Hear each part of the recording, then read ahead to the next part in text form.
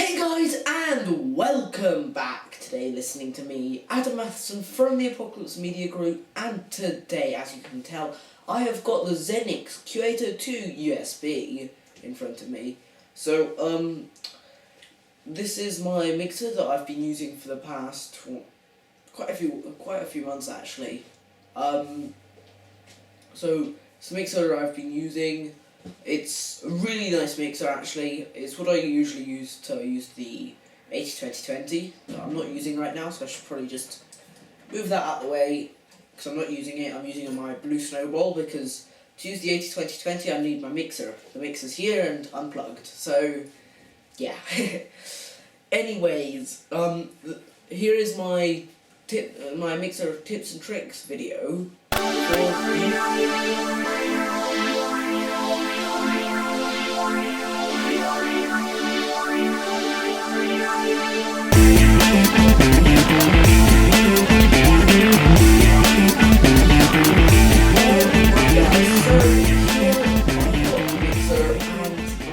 A few tips and tricks for using your mixer.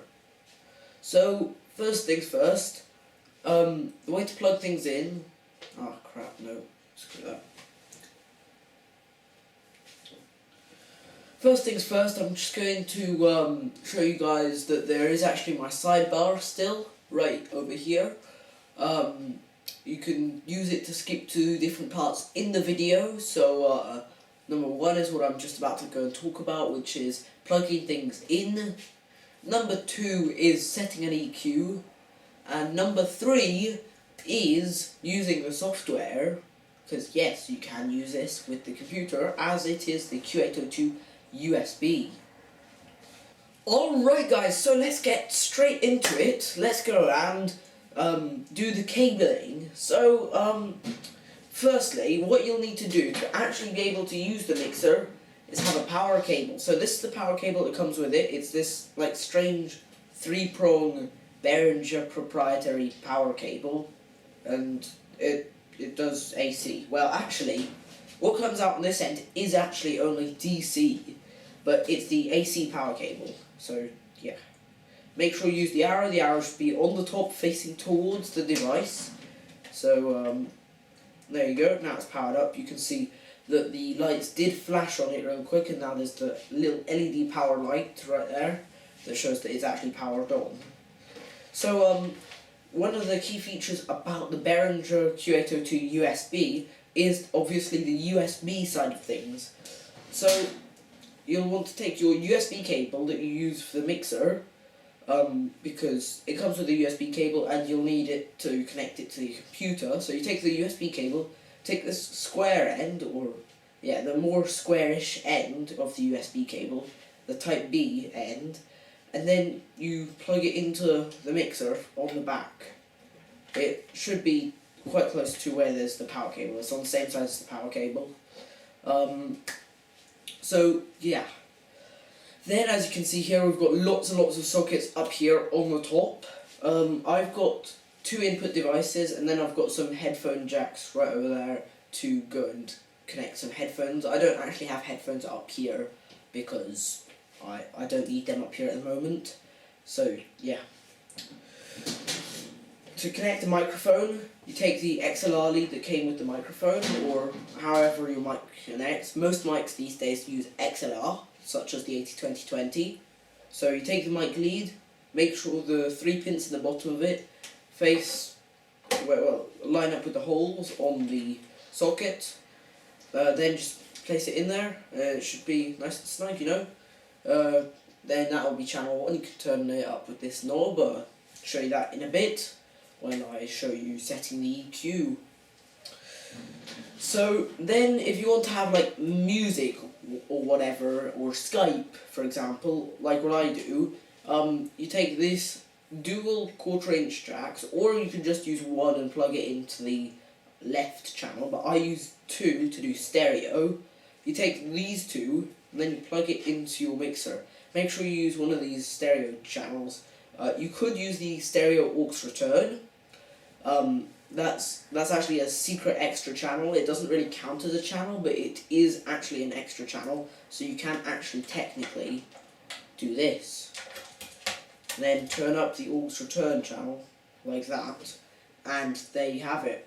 But you can't have an EQ on that channel, so I don't usually use that channel unless I really need to, because actually I've got an FX send. I don't have an FX processor, so I don't actually have any way to use the FX send other than if I wanted to use it for Skype, which I don't. I'll show you how to set up a mix minus a little bit later on when I go into number 5, which will be tips and tricks. So 5. In 5 I'll show you how to set up a mix minus using the FX send. Anyways, back to this. Take your 2 1/4" jacks and then plug them. The white one goes into left, or yellow, or well, it depends what colour it is. It's usually white. Then the red one goes into right, or R. There you go. Now you can control it with this. And that has the input side of things covered. There's still obviously the aux return that I just explained. There's also these 2 channels that I don't usually use. I mean, I can use them with like Thomas's DJ board, but he doesn't usually DJ very often on our episodes, so I don't usually use them. If Thomas brings his mic in, I can plug it in right there. Pretty easy stuff, you know. Anyways, let's get on to plugging some headphones in. So, to plug headphones in, as you can see, they're only 1/4" jacks, and most headphones these days use these little stereo jacks. So they're 3.5mm. So what you're meant to use is these. These are little 1/4" to 3.5mm jacks. Just put one in the phones, and I've got 2, so I usually put the other one in the control room, because obviously I've got some speakers. You guys can't see them, they're just off camera. But I've got some little rubbishy Philips speakers that are like from ages ago that I sometimes have plugged into there. But otherwise, that is basically the end of the main out. The main out is, as it says, main out, so you plug that into your main speakers. You can actually drive the control room and the main speakers at the same time, so it is powerful enough to do that, and it also kind of acts as a headphone amp. So if your PC is not actually powerful enough to drive headphones loud enough, then you can use this as a headphone amp, because it's got this knob here to do headphones. But anyways, let's get on to setting an EQ. Right, so to set an EQ, you use these little blue knobs here. These 3 blue knobs. There's the lows, your mids, and your highs. There aren't really many tips for this because mics are all different. I usually have a pretty flat EQ, other than given I've got crap sound cards on both of my PCs, I turn down the highs on my Skype channel. But otherwise, I usually have a flat EQ on everything else, so my mic, it's so good I only have a flat EQ. But if you want your thing to sound like a kind of really bad radio or telephone effect, then what you do, you turn off the bass, then turn all the way up the mids and the highs, and then it sounds kind of like a radio. I'll just play that right here. Yeah, that was my voice kind of sounding like a radio, I guess, or a very bad telephone. You can do that on all channels other than the aux return, which is this knob right here. You can't do it on that knob, unfortunately. That's only because it's not designed for that. It's only designed to take the aux return from the FX processor. Also, there's all of these knobs down here, these white knobs. These white knobs, they're obviously the volume control, so channel 1, channel 2, channel 3, channel 4, phones or control room and headphones, and then the main out. To control the USB volume, it's still a main out because the USB is actually taking the main out volume. You can also use the USB 2 track, which is this, or the USB, because the USB has actually got a built-in sound card, so you can actually play music through the USB. It's kind of weird and fiddly and doesn't entirely work properly, but I don't use that feature, so yeah. Now to get on to some little quick tips and tricks. Alright guys, so now on to the tips and tricks section of the video. There aren't many tips and tricks that I could really find because A mixer is pretty basic. It does what you tell it to do, and that's that. But there are still some things that not many people know about. So, for example, you know how on radio, when you go and call in, you get put onto the mixer, and then you hear the main out of the show minus you. That's called a mix minus.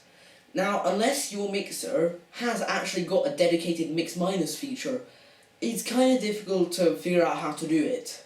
Like my one, it doesn't have a mix minus feature, but there is still a way to do it, because I have got the FX channel, which is these red knobs right here, and this aux return. So, basically, what you do is you take one of these 1/4 inch jacks, or even just an audio cable directly, but I've only got 3.5mm audio cables. So you take a 1/4 inch jack, put it into the FX send, take your stereo jack cable right here, and then plug it into that. Then plug this into the line in on your computer. If your computer doesn't have one, you should be able to plug it into your microphone input. I wouldn't recommend it, it's not really good for it, but it does still technically work. So to set up the mix minus, you make sure that these red knobs, they're facing upwards, except on the channel that you want to get rid of on your mix minus. So in my case, it's Skype. So I'll turn off the Skype channel on the red knobs here. The aux return, we don't need to bother about it too much. But then, as I said, take this end, plug it into your computer, then set Skype to use your line in or microphone input on your computer for Skype calls, and then you can do Skype calls with your mixer. But that was really the only real tip that I can show you, other than the fact that the USB also acts as a microphone, as Jack showed. But yeah, other than that, thanks guys for watching. Make sure you like the video, comment, subscribe, and also check out all the social media in the description below. There's also HostGator, who's our sponsor, and Triangle, who's our sponsor. HostGator, use the coupon code TheApocalypse10 and the Apocalypse 10 for $10 off, or the Apocalypse 25 for 25% off. Sorry about that, guys.